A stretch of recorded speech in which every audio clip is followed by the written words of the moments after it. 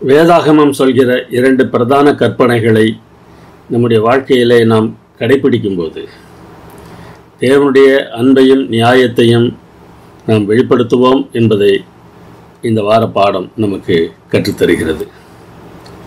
அன்பே பிரதானம் என்று சொன்ன எங்கள் அன்பின் தேவனே, உங்களுடைய அன்பு எப்படிப்பட்டது என்பதை எங்களுடைய வாழ்க்கையில் நாங்கள் வெளிப்படுத்துவதற்கு நீர் உதவி செய்யும். வேதாகமம் சொல்கிற வழிமுறைகளை நாங்கள் கற்றுக்கொள்ளவும் அதன்படி நாங்கள் நடக்கவும் எங்களுக்கு உதவி செய்ய வேண்டுமாய் எங்கள் அருமைநாதர் இயேசுவின் நாமத்தில் வேண்டுகிறோம் பரமபிதாவே, ஆமேன்.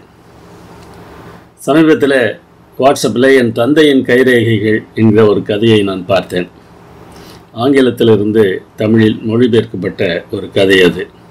ஒரு நபர் தன்னுடைய வாழ்க்கையில் நடந்த அந்த சம்பவத்தை விவரிக்கிறார். என்னுடைய அப்பாவுக்கு வயதாகிவிட்டது. நடக்கும்போது கால் தள்ளாடியது. அதனால் மதிலின் ஓரத்தை தடவிக்கொண்டே நடப்பார். அப்படி சுவற்றை அவர் தொட்டபோதெல்லாம் அவர் நடந்து செல்கிற அந்த இடங்களில் அப்பாவுடைய கைத்தடம் பதிந்தது. அதனால் சுவர் அழுக்காயிற்று.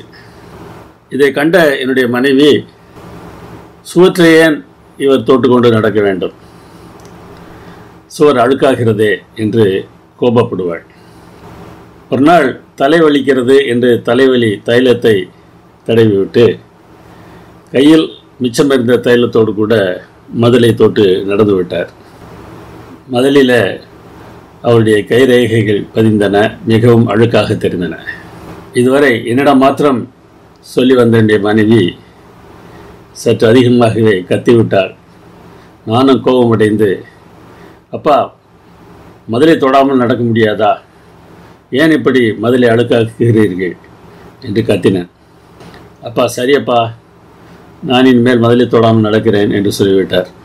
சில நாட்களுக்கு பிறகு அப்படி அவர் மதிலை தொடாமல் நடந்தபோது தள்ளாடி கீழே விழுந்து விட்டார். எலும்பு முறிவு ஏற்பட்டது. படுக்கையில் இருந்தார். சில நாட்களில் இறந்து விட்டார். எனக்கு மிகுந்த வேதனையாக இருந்தது. அப்பா மதிலை தொட்டே நடத்திருந்தால் விழுந்திருக்க மாட்டார், இன்னும் கொஞ்சம் காலம் உயிரோடு இருந்திருப்பார் என்று எனக்கு மிகுந்த வேதனையாக இருந்தது. காலம் சென்றது. எனக்கு வயதாகிவிட்டது. நடக்கும்போது என்னுடைய கால் தள்ளாடிற்று. மதிலை தொடக்கூடாது என்று அப்பாவை தீட்டியது மனதிலே இருந்தது. தள்ளாடி கொண்டே நடந்தேன். மகன் பார்த்து ஓடி வந்தான். அப்பா, எதற்காக இப்படி நடக்கிறீர்கள்? நான் உங்கள் கைப்பிடித்து நடத்தி செல்ல மாட்டேனா, அல்லது மதிலை பிடித்து கொண்டு நடந்தால் என்ன என்று வருத்தப்பட்டான். இது பேத்தி ஓடி வந்தாள். என் கைகளை பிடித்து கொண்டு என்னை நடத்தி சென்று உட்கார வைத்தாள். அழுதேன். என்னுடைய அப்பாவை நான் இப்படி கவனித்திருந்தால் எவ்வளோ நன்றாக இருந்திருக்கும். அநேக சமயங்களில் நம்முடைய வாழ்க்கையில் அநியாயம் நிகழும்போது தான் நமக்கு வேதனையாக இருக்கிறது. நம்முடைய வாழ்க்கையில் நமக்கு கஷ்டம் வரும்போது தான் வேதனையாக இருக்கிறது. அதே கஷ்டத்தை மற்றவர்களிடத்தில் பார்க்கும்போது நமக்கு அதைவிட வேறே காரியங்கள் முக்கியமாக தெரிகின்றன. நாம் என்ன செய்கிறோம்? அநியாயம் மற்றவர்களுக்கு நிகழும்போது நம்முடைய செயல்பாடு எப்படி இருக்கிறது என்பதை நாம் யோசித்து பார்க்க வேண்டும். பிரபஞ்சத்தில் ஒரு போராட்டம் நிகழ்ந்து வருகிறது என்பதை நாம் படித்து வருகிறோம். பல அநியாயங்களையும் தீமைகளையும் தற்சமயம் தேவன் ஒழிக்கப் போவதில்லை என்பதையும் நாம் அறிந்திருக்கிறோம். ஆனாலும் உபத்திரவங்களையும் தீமையையும் நம்மால் இயன்ற அளவுக்கு போக்குவதே நம்முடைய கடமை. கிறிஸ்தவர்கள் அப்படிப்பட்ட தன்மையுடையவர்களாக வாழ வேண்டியது அவசியமாக இருக்கிறது. நாம் எப்படி இருக்கிறோம் என்பதை யோசித்து பார்ப்போம். மற்றவர்களெல்லாம் மோசமானவர்கள், அவர்களுக்கு தேவனை தெரியாது, அவர்கள் இயேசுவை வணங்கவில்லை என்றெல்லாம் மற்றவர்களை ஒதுக்குவதற்கு நாம் தயாராக இருக்கிறோம். ஆனால் நாம் எப்படி இருக்கிறோம் என்பதை நாம் யோசித்து பார்க்க வேண்டும். நாம் செய்ய வேண்டிய இந்த கடமையை நமக்கு எது போதிக்கிறது? 2 பிரதான கற்பனைகள். தேவனிடத்தில் அன்பு கூறு என்று உபாகமம் 6:5 சொல்கிறது. மனிதரிடம் அன்பு கூறு என்று லேவியராகமம் 19:18 சொல்கிறது. முழு மனதோடு முழு பலத்தோடு தேவனிடத்தில் அன்பு கூற வேண்டுமா? இதை மத்தேயு 22ஆம் அதிகாரத்திலும் லூக்கா 11ஆம் அதிகாரத்திலும் நாம் பார்க்கிறோம். பழைய ஏற்பாட்டின் இந்த வசனத்தை புதிய ஏற்பாடு சுட்டி காட்டுகிறது. உன்னிடத்தில் அன்பு கூறுவது போல பிறனிடத்தில் அன்பு கூறு என்று பழைய ஏற்பாடு சொல்லிற்று. இயேசுவானவர் ஒரு புதிய கற்பனையை தருகிறேன் என்று வேறொன்றை சொன்னார். நான் உங்களிடத்தில் அன்பாயிருப்பது போல நீங்கள் ஒருவரில் ஒருவர் அன்பாயிருங்கள். நாம் நம்மை நேசிப்பதை விட இயேசு நம்மை அதிகமாக நேசிக்கிறார். அப்படிப்பட்ட ஒரு அன்பை நாம் வெளிப்படுத்த வேண்டும் என்று வேதாகமம் நமக்கு கற்றுத்தருகிறது. இந்த இரண்டும் தான் பிரதான கற்பனைகள். தேவனிடத்தில் அன்பு கூற வேண்டும், மனிதனிடத்தில் அன்பு கூற வேண்டும். மத்தேயு 22:40 சொல்கிறது, இவ்விரண்டு கற்பனைகளிலும் நியாயப்பிரமாணம் முழுமையும் தீர்க்க தரிசனங்களும் அடங்கியிருக்கிறது. நியாயப்பிரமாணத்தின் நோக்கம் அன்புதான். முதல் 5 புத்தகங்களே நியாயப்பிரமாணம் என்று சொல்வார்கள். அதில் பலவிதமான கட்டளைகள் கொடுக்கப்பட்டுள்ளன. எடுத்துக்காட்டாக விருத்த சேதனத்தை எடுத்துக்கொள்வோமே, அதனுடைய உண்மையான அர்த்தம் என்ன தெரியுமா?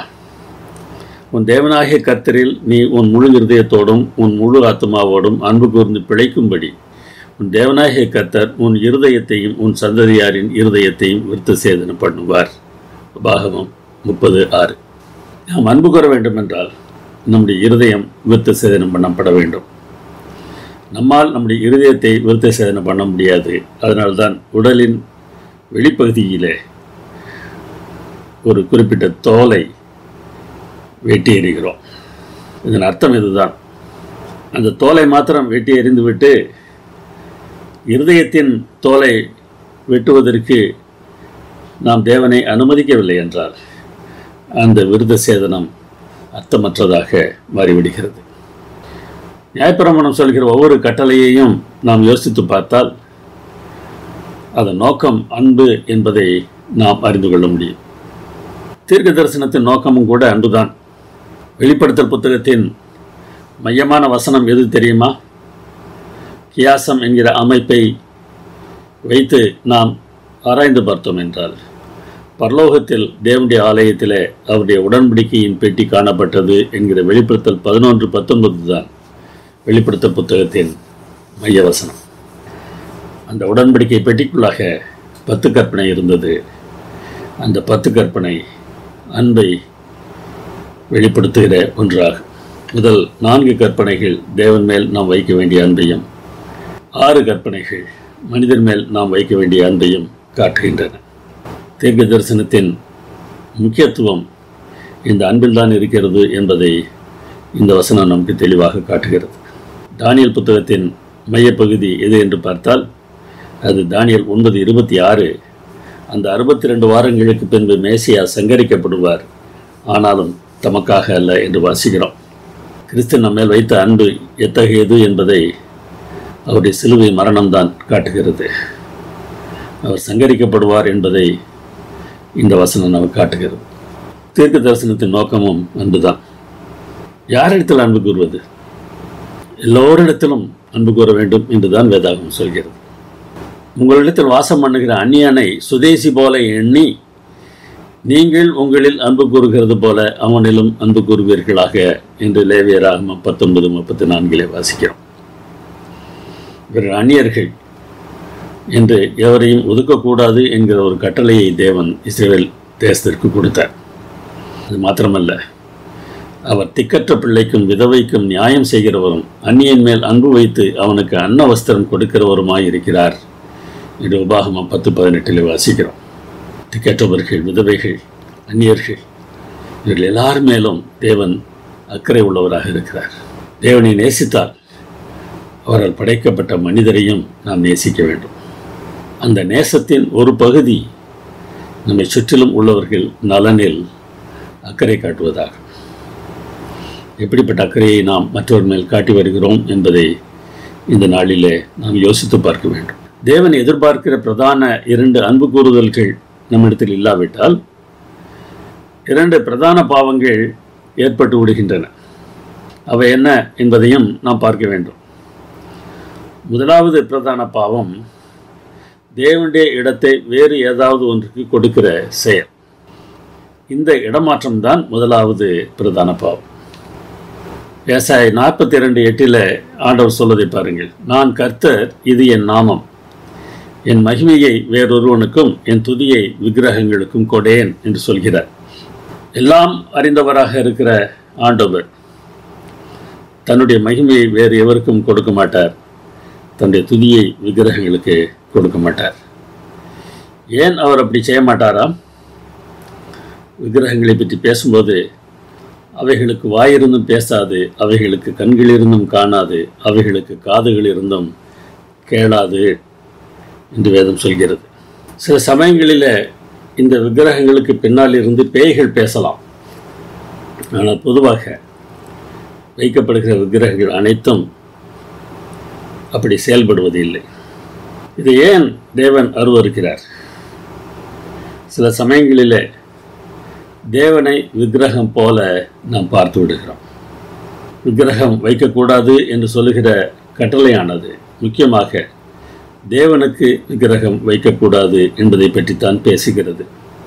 கர்த்தர் பாரார், யாக்கோபின் தேவன் கவனியார் என்று சொல்கிறார்கள். ஜனத்தில் மிருக குணமுள்ளவர்களே உணர்வடையுங்கள். காதை உண்டாக்கினவர் கேளாரோ, கண்ணை உருவாக்கினவர் காணாரோ என்று சங்கீதம் 94 கேட்கிறது. பலர் அப்படித்தான் நடந்து கொள்கிறோம். ஆண்டவர் பார்ப்பது இல்லை என்பது போல நாம் அக்கிரமங்களை செய்கிறோம். ஆண்டவர் கவனிப்பது இல்லை என்பது போல மற்றவர்களுக்கு அநியாயம் செய்கிறோம். செய்யப்படுகிற அநியாயங்களை நாம் பார்க்காமல் நம்முடைய கண்களை மூடிக்கொள்கிறோம். ஆண்டவர் இதையெல்லாம் கவனிக்கிறார், பார்க்கிறார். இதை புரியாமல் நாம் செயல்படும் போது அவரை ஒரு விக்கிரகம் போல நாம் நடத்துகிறோம். ஒரு முறை ஒரு வாலிபன் இயேசுவிடத்தில் வந்து நித்திய ஜீவனை அடைய நான் என்ன செய்ய வேண்டும் என்று கேட்டான். அந்த உரையாடலின் இறுதியிலே ஆண்டவர் அவனிடத்தில் சொன்னார், நீ உனக்கு உண்டானவைகளை எல்லாம் விற்று தரித்திரருக்கு கொடு, பின்பு என்னை பின்பற்றி வா என்று சொல்கிறார். அந்த வாலிபன் மிகுந்த ஆஸ்தி உள்ளவனாய் இருந்தபடியால் துக்கமடைந்தவனாய் போய்விட்டான் என்று நாம் வாசிக்கிறோம். தேவனுடைய இடத்தை அவன் ஆஸ்திக்கு கொடுத்து விட்டான். சொன்னவர் யார் என்பதை அவன் புரிந்திருந்தால் ஆஸ்தி போவதை பற்றி அவன் கவலைப்பட்டிருக்க மாட்டான். எல்லாவற்றையும் உண்டாக்கின ஆண்டவரால் அவனுடைய தேவைகளை சந்திக்க முடியாதா? இன்றைக்கு ஒருவேளை நம்மிடத்தில் ஆண்டவர் உனக்கு உள்ளதை விற்று மற்றவர்கள் கொடுத்து விட்டு என்னை பின்பற்றி வா என்று நாம் சொல்லாமல் இருக்கலாம். ஆனால் வேற எதையாவது விட்டுவிடுமாறு நம்மிடத்தில் அவர் சொல்லலாம். அந்த வாலிபன் தேவனுடைய இடத்தை ஆஸ்திக்கு கொடுத்தான். நாம் தேவனுடைய இடத்தை எதற்கு கொடுத்து வருகிறோம் என்று யோசித்து பாருங்கள்.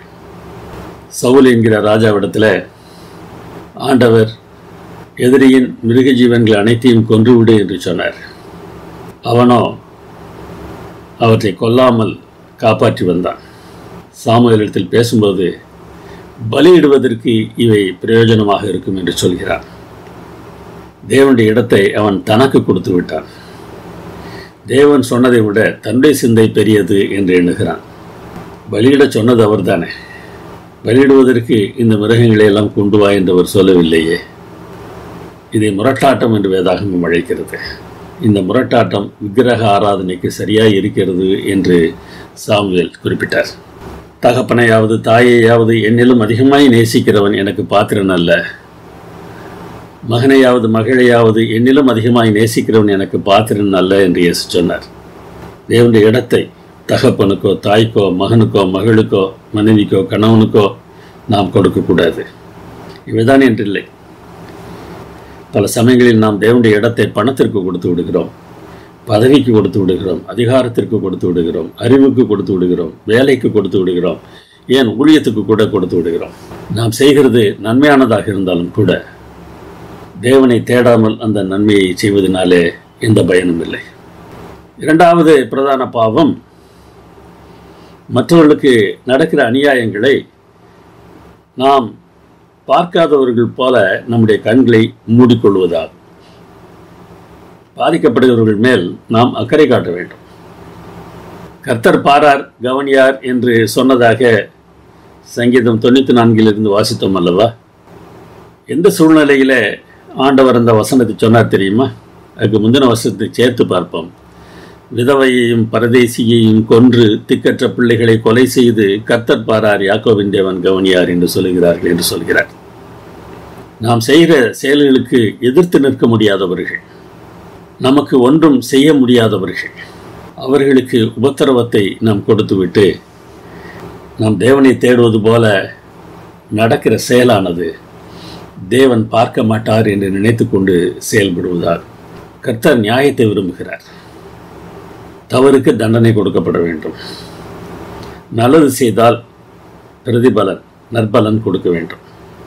அப்படி நாம் வாழவில்லை என்றால் நாம் நம்முடைய அதிகாரத்தினால், நம்முடைய பணத்தினால், நம்முடைய பலத்தினால் செய்கிற ஒவ்வொன்றும் பிரதான பாவமாக மாறிவிடுகிறது. விதவையையும் திக்கற்ற பிள்ளையையும் பரதேசியையும் சிறுமியானவனையும் ஒடுக்காதீர்கள். உங்களில் ஒருவனும் தன் சகோதரனுக்கு விரோதமாய் தன் இருதயத்தில் தீங்கு நினையாமலும் இருங்கள்.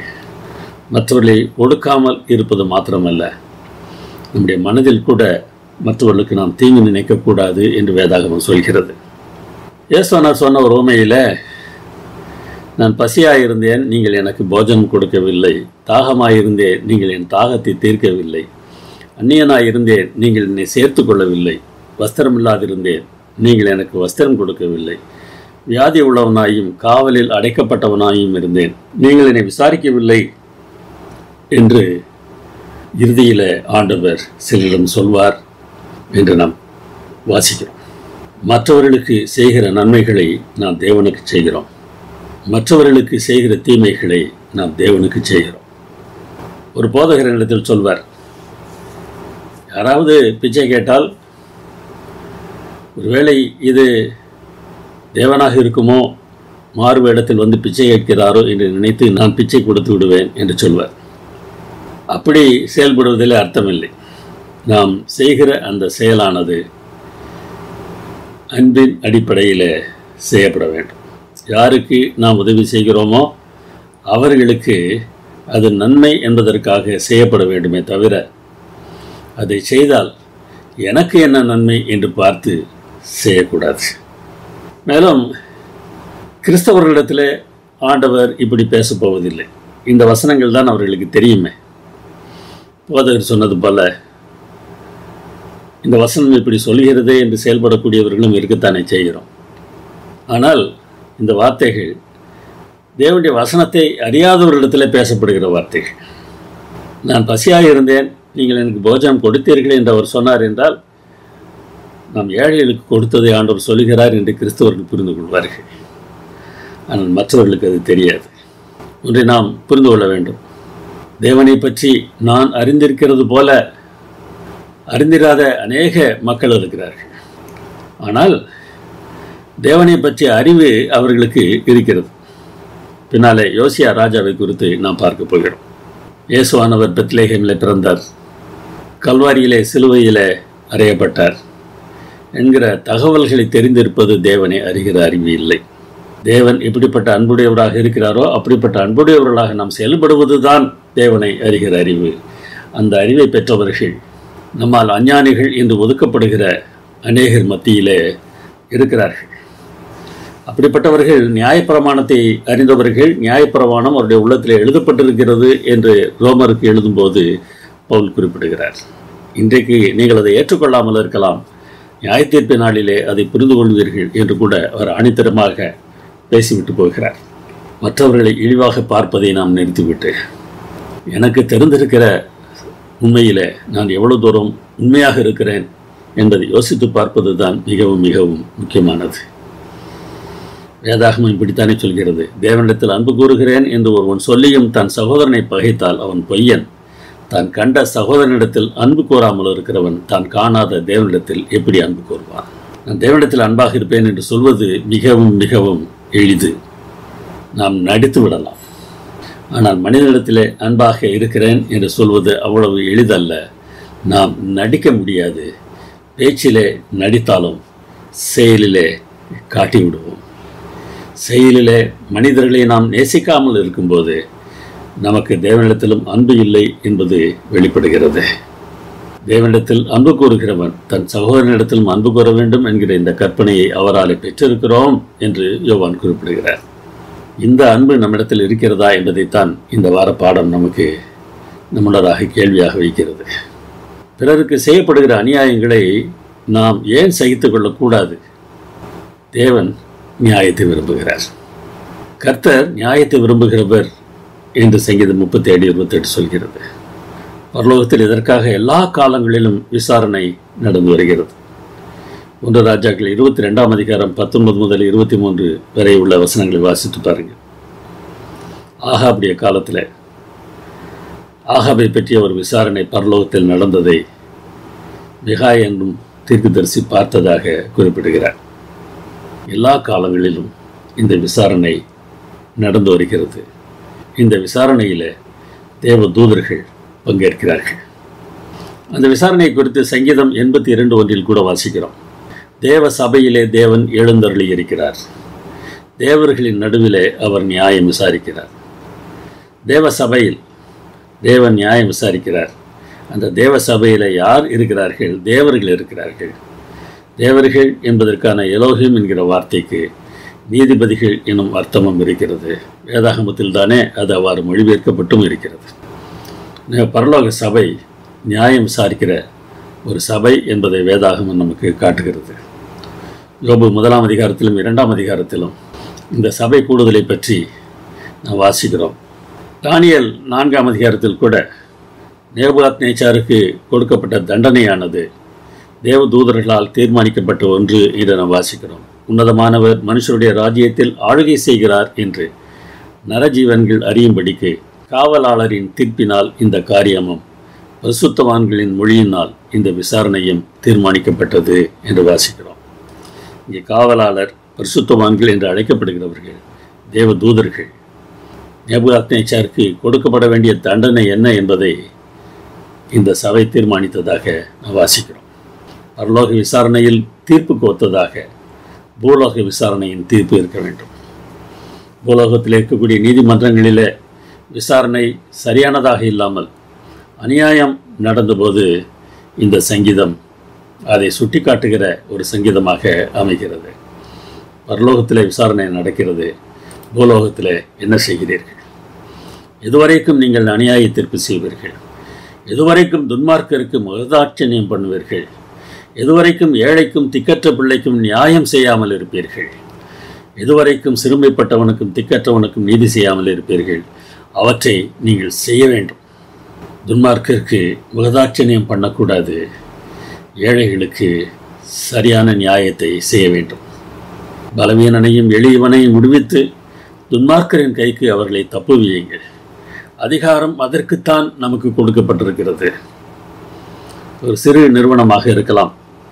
அந்த நிறுவனத்தில் நான் தலைவனாக இருக்கலாம். என் கீழாக இருக்கக்கூடிய பலவீனனையும் எளியவனையும் நான் விடுவிக்கவில்லை என்றால், என்னிடத்தில் வேலை செய்கிற துன்மார்க்கருடைய கைக்கு அவர்களை நான் தப்புவிக்கவில்லை என்றால், தேவன் வேதனைப்படுகிறார் என்பதை சங்கீதம் 82 காட்டுகிறது. அறியாமலும் உணராமலும் இருக்கிறார்கள். அந்தகாரத்தில் நடக்கிறார்கள். தேசத்தின் அஸ்திபாரங்கள் எல்லாம் அசைகிறது. புரிந்து கொண்டீர்களா? தேசத்திலே நீதிமன்றத்திலே இருக்கிறவர்கள் அநியாயம் செய்தார்கள் என்றால் தேசத்தின் அஸ்திபாரங்கள் எல்லாம் அசைகின்றது. அந்த தேசம் அழிந்து போகும் என்று சொல்கிறார். மனிதர்கள் இவ்வாறு நியாயம் செலுத்தாதவர்களாக இருக்கும்போது தேவன் செயல்பட வேண்டும் என்று இந்த சங்கீதக்காரர் தேவனத்தில் கேட்கிறார். தேவனே எழுந்தருளும், பூமிக்கு நியாய தீர்ப்பு செய்யும். நீரே சகல ஜாதிகளையும் சுதந்திரமாக கொண்டிருப்பவர். ஜாதி என்றால் தேசம். எல்லா தேசங்களும் அவருக்கு சொந்தமானவை.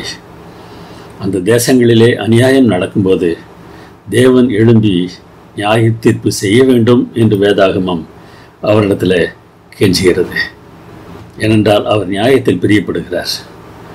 ஒடுக்கப்படுகிற யாவருக்கும் கர்த்தர் நீதியையும் நியாயத்தையும் செய்கிறார்.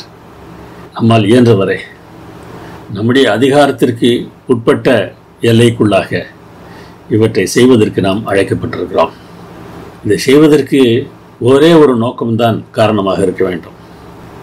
இதனால் எனக்கு என்ன நன்மை இருக்கிறது என்பதல்ல, எனக்கு என் சகோதரன் மேல் அன்பு இருக்கிறது என்பது மாத்திரம்தான் அதற்கான காரணமாக இருக்க வேண்டும். நீங்கள் ஒருவரில் ஒருவர் அன்புள்ளவர்களாக இருந்தால் அதனால் நீங்கள் என்னுடைய சீஷர்கள் என்று எல்லாரும் அறிந்து கொள்வார்கள். உண்மையான ஊழியம் இதுதான். மற்றவர் மேல் நாம் அன்பு காட்டும்போது மற்றவர்கள் நாம் அவருடைய பிள்ளைகள் என்பதை கண்டுகொள்வார்கள். தேவன் அதை விரும்புகிறார். அவர் எவ்வளவுக்கு நல்லவராக இருக்கிறாரோ அதுபோன்று நல்லவர்களாக நாம் வாழ வேண்டும் என்று தேவன் விரும்புகிறார். இங்கே சொல்வோமா, தேவன் நல்லவர். எல்லா காலங்களிலும் எல்லா சூழ்நிலைகளிலும் என்ன நேரிட்டாலும் தேவன் நல்லவர். நான் அதற்கு சாட்சி. தேவன் நியாயத்தை விரும்புவதால் நாம் என்ன செய்ய வேண்டும் என்கிற கேள்வியை நாம் கேட்டு பார்க்க வேண்டும். நியாயத்தை நிலைநிறுத்துவதற்கு நாம் அழைக்கப்பட்டிருக்கிறோம். மாடு தன் எஜமானையும் கழுதை தன் ஆண்டவனின் முன்னணையையும் அறியும். இஸ்ரவேலோ அறிவில்லாமலோ என் ஜனம் உணர்வில்லாமலும் இருக்கிறது என்று ஏசாயா மூலமாக தேவன் சொல்லுகிறார். ஆண்டவர் ஏன் இப்படி சொல்கிறார்? தேவனை அறிந்தவர்கள் எப்படி செயல்பட வேண்டுமோ அப்படி அவர்கள் செயல்படவில்லை. தேவனை பற்றி தவறாக புரிந்து கொண்டிருக்கிறார்கள். தன் எஜமான் எப்படிப்பட்டவர், தன்னுடைய ஆண்டவர் எப்படிப்பட்டவர் என்பதை மாடும் கழுதையும் அறிந்திருப்பது போல இஸ்ரவேல் அறியவில்லை என்று சொல்கிறார். பல காரியங்களை தேவன் முக்கியப்படுத்தவில்லை என்பதை நாம் அறிந்திருக்க வேண்டும். அந்த செயலை ஏன் செய்ய வேண்டும் என்று தேவன் சொன்னாரோ அதை செய்யாமல் அந்த சடங்குகளை மாத்திரம் செய்யும்போது அவர் படுகிற வேதனையை ஏசாயா 1:11-15 வரை நாம் வாசிக்கிறோம். அவர் சொல்லுகிறார், பலிகள் எனக்கு வேண்டாம், காணிக்கைகள் எனக்கு வேண்டாம், தூபம் காட்டுதல் எனக்கு வேண்டாம், மாத பிறப்பை ஆசரிக்க வேண்டாம், ஓய்வு நாளை நீங்கள் ஆசரிக்க வேண்டாம், சபை கூட்டங்களை நீங்கள் கூட்ட வேண்டாம், உங்கள் ஜபங்கள் எனக்கு வேண்டாம் என்று சொல்கிறார். இவையெல்லாம் தேவையற்றவையா? இல்லை. இவற்றையெல்லாம் செய்யும்படி தேவன் தான் நமக்கு சொல்லியிருக்கிறார். ஆனால் இவற்றையெல்லாம் எதற்காக செய்ய வேண்டுமோ அதை மறந்துவிட்டு இந்த மத சடங்குகளை மாத்திரம் செய்வதை தேவன் வெறுக்கிறார். இவற்றையெல்லாம் சொல்லிவிட்டு அடுத்தவர் சொல்வதை பாருங்கள். நன்மை செய்ய படியுங்கள், நியாயத்தை தேடுங்கள், ஒடுக்கப்பட்டவனை ஆதரியுங்கள், திக்கற்ற பிள்ளையின் நியாயத்தையும் விதவையின் வழக்கையும் விசாரியுங்கள். முக்கியத்துவ வரிசை ஒன்று இருக்கிறது. மத சடங்குகளா மனிதரிடத்தில் அன்பா என்கிற கேள்வி எழும்பும்போது மற்றவர்களிடத்தில் அன்பு காட்டுவது தான் முதலிடத்தில் வருகிறது. அதைத்தான் வேதாகமம் நமக்கு தெளிவாக காட்டுகிறது. பல சமயங்களில் நாம் இதை புரிந்து கொள்வதில்லை. உண்மையுள்ள நகரம் எப்படி வேசியாகி போயிற்று. அது நியாயத்தால் நிறைந்திருந்தது, நீதி அதில் குடிகொண்டிருந்தது. நியாயமும் நீதியும் அதில் இருந்தபோது அது உண்மையுள்ள நகரமாக இருந்தது. இப்பொழுதோ அதன் குடிகள் கொலை பாதகர். அது எப்படி வேசியாகி போயிற்று. கொலை என்பதற்கான விளக்கத்தை புதிய ஏற்பாட்டில் வித்தியாசமான கோணத்தில் நாம் பார்க்கிறோம். ஒரு மனிதனுடைய உயிரை எடுப்பது தான் கொலை என்று இல்லை. ஒரு மனிதனை விரோதிப்பதே கொலை என்று தான் வேதாகமம் சொல்கிறது. அப்படிப்பட்ட கொலையை செய்கிற திருச்சபையின் விசுவாசிகள் எவ்வாறு உண்மையுள்ள திருச்சபையின் விசுவாசிகளாக இருக்க முடியும்? இந்த உண்மையுள்ள நகரம் வேசியாய் போயிற்று என்று தேவன் சொல்கிறார். உன் பிரபுக்கள் முரடரும் திருடரின் தோழருமாயிருக்கிறார்கள். அவர்கள் ஒவ்வொருவனும் பரிதானத்தை விரும்பி கைக்கூலியை நாடி திரிகிறார்கள். திக்கற்ற பிள்ளையின் நியாயத்தை விசாரியார்கள். விதவையின் வழக்கு அவர்களிடத்தில் ஏறுகிறது இல்லை. சாமானியர்களை இவர்கள் கண்டுகொள்ள மாட்டார்கள். அதனால் இந்த பிரபுக்களை அவர் எப்படி சொல்கிறார்? முரடர், திருடரின் தோழர் என்று சொல்கிறார். நம்முடைய வாழ்க்கையில் இது போன்ற தன்மையை நாம் நம்மை விட்டு அகற்ற வேண்டும் அல்லவா? தேவன் எவ்வளவு வேதனையோடு பேசுகிறார் என்பதை பாருங்கள். மத சடங்குகளா மனிதர் மேல் அன்பா எது முக்கியம் என்கிற கேள்வியை ஒவ்வொரு சூழ்நிலையிலும் நீங்கள் கேட்டு பாருங்கள். அநேக சமயங்களிலே மத சடங்குகளில் முக்கியத்துவம் காட்டுகிற நாம் மனிதர் மேல் அன்பாக இருப்பது இல்லை. தேவன் எப்படிப்பட்டவர் தெரியுமா? சங்கீதம் 146 சொல்லுகிறது, அவர் ஒடுக்கப்பட்டவர்களுக்கு நியாயம் செய்கிறார், பசியாய் இருக்கிறவர்களுக்கு ஆகாரம் கொடுக்கிறார், கட்டுண்டவர்களை விடுதலையாக்குகிறார், மடங்கடிக்கப்பட்டவர்களை தூக்கி விடுகிறார், பரதேசிகளை காப்பாற்றுகிறார், திக்கற்ற பிள்ளையையும் விதவையையும் ஆதரிக்கிறார். இவற்றையெல்லாம் அவருடைய பிள்ளைகளாக நாமும் செய்தாக வேண்டும். செய்கிறோமா? இந்த கேள்வி எப்பொழுதும் நம்முடைய உள்ளத்தில் இருக்க வேண்டும். ஏழைகளை வழக்கிலே தோற்க பண்ணவும், என் ஜனத்தில் சிறுமையானவர்களின் நியாயத்தை புரட்டவும், விதவைகளை சூறையாடவும், திக்கற்ற பிள்ளைகளை கொள்ளையிடவும், அநியாயமான தீர்ப்புகளை செய்கிறவர்களுக்கும் கொடுமையான கட்டளைகளை எழுதுகிறவர்களுக்கும் ஐயோ என்று சொல்கிறார். அதிகாரத்தில் இருக்கிறவர்கள் இப்படிப்பட்ட செயல்களை செய்ததினால் வேதனைப்பட்டு ஆண்டவர் பேசுகிற வார்த்தை இது. இஸ்ரவேல் தேசம் வேசியாய் போய் செய்த இந்த பாவங்களை செய்யாதிருப்பதற்கு அவரை நம்புகிற ஆண்டவருடைய பிள்ளைகள் இன்றைக்கு ஆயத்தமாக இருக்க வேண்டும். யோசியா என்கிற நல்ல ராஜாவுடைய மகனாகிய யோயாக்கிமை பற்றி எரேமியா 22ஆம் அதிகாரத்தில் ஒரு தகவல் கொடுக்கப்பட்டிருக்கிறது. அவன் ஒரு அழகான வீட்டை கட்டுகிறான், மேலறைகளை கட்டுகிறான். இன்றைக்கு இருக்கிற குளிரூட்ட பெற்ற அறைகளை போன்று அவன் அறைகளை கட்டியதாக தெரிகிறது. குளிர்ச்சியாக வாழ்வதற்கு வசதியாக அந்த வீட்டை கட்டுகிறான். ஆனால் அந்த வீட்டை கட்டுவதற்கு அவன் மற்றவர்களுக்கு கூலி கொடுக்கவில்லை. வேலை செய்தவர்களை கூலி தராமல் வேலை வாங்கினான், சும்மா வேலை வாங்கினான். கேதுரு மர மாளிகையில் குடியிருந்தால் ராஜா என்ற அர்த்தமா? இந்த கேள்வியை தீர்க்கதரிசி கேட்கிறார். பல சமயங்களில் நாம் இதைத்தான் முக்கியமானதாக நாம் கருதுகிறோம். தொடர்ந்து ஆண்டவர் யோசியாவை பற்றியும் குறிப்பிடுகிறார். உன் தகப்பன் இப்படிப்பட்ட வசதிகள் எல்லாம் தேடவில்லை. அவன் சாப்பிட்டான், வாழ்ந்தான். அவனுக்கு சாப்பாடு போதும், வேறொன்றையும் குறித்து அவன் கவலைப்படவில்லை. அவன் நியாயமும் நீதியும் செய்தான். அது சுகமான வாழ்க்கை இல்லையா? அவன் சிறுமையும் எளிமையுமானவனுடைய நியாயத்தை விசாரித்தான், அப்பொழுது சுகமாய் வாழ்ந்தான். அப்படி செய்வதல்லவோ என்னை அறிகிற அறிவு என்று கர்த்தர் சொல்கிறார். தேவனை அறிகிற அறிவு என்பது 3 பேரா ஒருவரா என்று விவாதிப்பது அல்ல. தேவனை அறிகிற அறிவு என்பது இயேசுவனுடைய மாம்சம் பாவ மாம்சமா, பாவம் இல்லாத மாம்சமா என்று ஆராய்ச்சி செய்வது இல்லை. தேவனை அறிகிற அறிவு என்பது சாமானிய மக்களிடத்தில் அன்பு காட்டுவது. இயேசுவானவர் சொல்வதை பாருங்கள். நீங்கள் ஒர்த்தலாம், மறுக்கொழுந்து முதலிய சகலவித பூண்டுகளிலும் தசமபாகம் கொடுத்து நியாயத்தையும் தேவ அன்பையும் விட்டுவிடுகிறீர்கள். தசமபாகம் கொடுத்தல் என்பது மத கடமை. நியாயமும் அன்பும் மனிதர் மேல் நாம் காட்ட வேண்டிய பாசம். எல்லா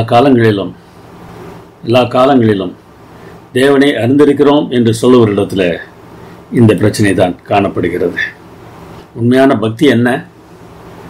யாக்கோபு சொல்கிறார் பாருங்கள். திக்கற்ற பிள்ளைகளும் விதவைகளும் படுகிற உபத்திரவத்தில் அவர்களை விசாரிக்கிறதே பிதாவாகிய தேவனுக்கு முன்பாக மாசில்லாத சுத்தமான பக்தியாக இருக்கிறது. பக்தி என்பது சாமானியர்களை விசாரிப்பது. மாசில்லாத சுத்தமான பக்தி உள்ளவர்கள் எப்படி இருப்பார்கள்? எனக்கு பிறன் யார் என்ற ஒரு கேள்வியை புதிய ஏற்பாட்டில் ஒரு நியாயசாஸ்திரி கேட்டதை நாம் பார்க்கிறோம். எதற்காக அவன் அந்த கேள்வியை கேட்டானாம்? அவன் தன்னை நீதிமான் என்று காண்பிக்க மனதாய் இயேசுவை நோக்கி எனக்கு பிறன் யார் என்று கேட்டான். தேவனிடத்திலும் மனிதரிடத்திலும் அன்பாக இருக்க வேண்டும் என்ற அந்த பிரதான கற்பனைகளை குறிப்பிட்ட போது, நீ உன்னிடத்தில் அன்பாயிருப்பது போல பிறனிடத்திலும் அன்பாயிரு என்று 2வது பிரதான கற்பனை குறிப்பிடப்பட்டதல்லவா? உடனே இவன் கேட்கிறான், எனக்கு பிறன் யார்? இவன் என்ன கேட்கிறான் தெரியுமா? என்னுடைய உதவியை பெற தகுதியுள்ளவன் யார் என்று கேட்கிறான். இயேசு நல்ல சமாரியன் கதையை சொன்னார். நமக்கு நன்றாக தெரிந்த கதை தான். ஒருவன் காயப்பட்டு கிடக்கிறான். அந்த பக்கமாக ஒரு ஆசாரியன் போகிறான், ஒரு லேவியன் போகிறான், ஒரு சமாரியன் போகிறான். ஆசாரியனும் லேவியனும் கண்டுகொள்ளாமல் போய்விடுகிறார்கள். சமாரியன் உதவி செய்கிறான். இந்த உவமையில் 5 பேர் வருகிறார்கள். இந்த உவமையை சொல்வதற்கு காரணமாக அமைந்த நியாயசாஸ்திரி, இதற்கு பிறகு ஆசாரியன், பிறகு லேவியன், பிறகு சமாரியன், காயப்பட்டவன். முதல் 3 மத கடமைகளில் பொறுப்பானவர்கள். மத கடமைகளை செய்யாமல் இருக்க மாட்டார்கள். 4வது நபர் அன்றைய யூதய சமுதாயத்திலே தீண்டத்தகாதவர்.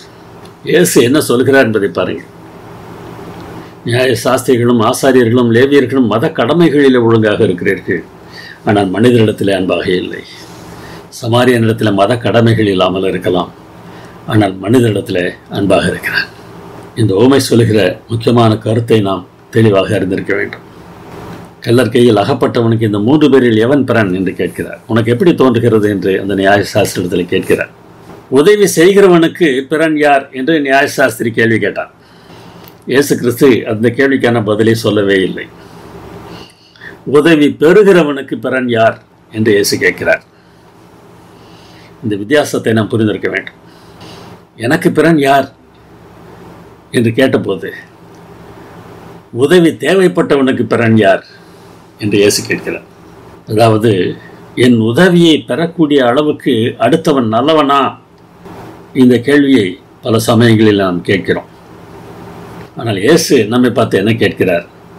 அடுத்தவனுக்கு உதவி செய்யக்கூடிய அளவுக்கு நீ நல்லவனா என்று கேட்கிறார். இயேசு இந்த உண்மையில் சொல்கிற கருத்தை நாம் புரிந்து கொண்டால் நாம் எதற்கு முக்கியம் தருவோம்? நியாயசாஸ்திரியும் ஆசாரியனும் லேவியனையும் போல மத கடமைகளுக்கு முக்கியத்துவம் தருவதை காட்டிலும் அந்த சமாரியனைப் போல அன்புக்கு முக்கியத்துவம் தருவோம். மத கடமைகள் தேவையில்லை என்பது அல்ல, மத கடமைகள் மாத்திரம் போதாது என்பது தான். மத கடமைகள் இல்லாமல் அன்பு காட்டுகிறவர்கள் தேவனால் மதிக்கப்படுகிறார்கள். அவனிடத்தில் யார் பிறன் என்று கேட்டபோது அவனுக்கு இரக்கம் செய்தவனே என்று சொன்னான். நீ போய் அந்தபடியே செய் என்று சொன்னார். இரக்கம் பெற தகுதி தேவையில்லை, அவன் நிலைமைதான் முக்கியம். அப்படிப்பட்டவனுக்கு இரக்கம் காட்டுவதற்கு நாம் தகுதியுள்ளவர்களாக இருக்கிறோமா? தகுதியற்றவர்களுக்கு நாம் செய்கிற உதவிதான இரக்கத்தின் வெளிப்பாடு. ஓய்வு நாட்களில் நன்மை செய்வதோ தீமை செய்வதோ ஜீவனை காப்பதோ அழிப்பதோ எது நியாயம் என்று பரிசேயர்களிடம் இயேசு கேட்ட பொழுது அது அவருடைய தீய நோக்கங்கள் குறித்த கேள்வியாக இருந்தது. கொடிய பகையோடு அவரது உயிரை வேட்டையாட அவர்கள் முயன்றார்கள். மத கடமைகளில் முக்கியமாக இருக்கிற நீங்கள் அன்பை முக்கியப்படுத்தவில்லையே என்று சொன்னபோது அவரை கொலை செய்வதற்கு அவர்கள் தீர்மானம் செய்தார்கள். பொய்யான ஒவ்வொரு மதமும் மனித தேவைகள், வேதனைகள், உரிமைகள் ஆகியவற்றில் அக்கறை அற்றிருக்க கற்பிக்கிறது. மனிதனுடைய தேவைகள், வேதனைகள், உரிமைகளிலே அக்கறையற்றவர்களாக நாம் வாழ்வதற்கு ஒரு மதம் ஊக்குவிக்கும் என்றால் அது பொய்யான மதம். சரியான மார்க்கம் எல்லோரிடத்திலும் அன்பாக இருப்பதற்கு நமக்கு கற்றுக் கொடுக்கும். நியாயப்பிரமாணத்தில் கற்பித்திருக்கிற விசேஷித்தவைகளாகிய நீதியையும் இரக்கத்தையும் செய்ய வேண்டும் என்று இயேசு சொன்னார். நியாயப்பிரமாணத்தின் நோக்கம் நாம் நீதி உள்ளவர்களாகவும் இரக்கமுள்ளவர்களாகவும் இருக்க வேண்டும் என்பதுதான்.